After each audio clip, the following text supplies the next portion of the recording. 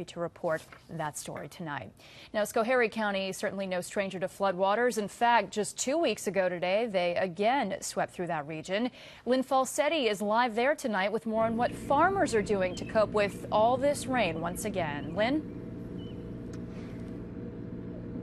Dory, Governor Cuomo has issued a state of emergency here in Schoharie County, specifically the Middleburgh area. Now, despite all that, this town actually fared very well after last night's storms came sweeping through.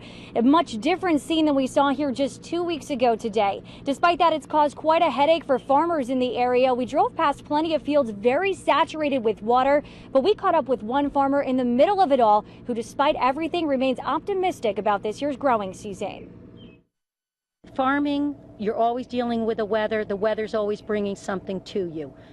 Nature's wrath came down with fury 2 years ago during Irene on Cindy Barber's farm, costing them hundreds of thousands of dollars.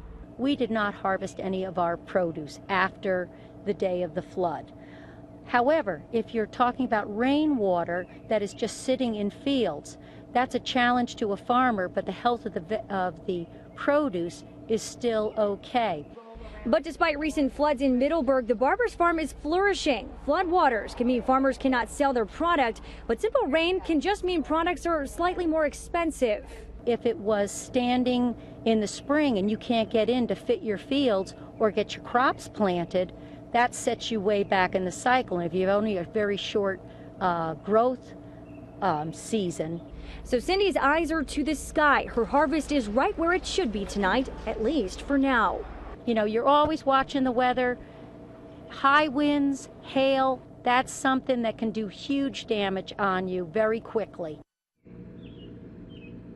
Well, Cindy's going to have to keep watching that forecast. The ground here in Schoharie County is very saturated, which means any rain that comes through this area could mean some big problems in the coming days. Reporting live from Schoharie, Lynn Falsetti, CBS 6 News. Thank you, Lynn. And remember that whenever severe weather strikes, you can count on CBS 6 both on air and online at cbs6albany.com. While you're there on our website, you can sign up to receive text alerts. You can have the latest updates sent right to your phone. Also, like our page on Facebook. It's WRGB CBS 6 Albany. And not only will you get the latest on what's happening, you can also share what is going on in your neck of the woods.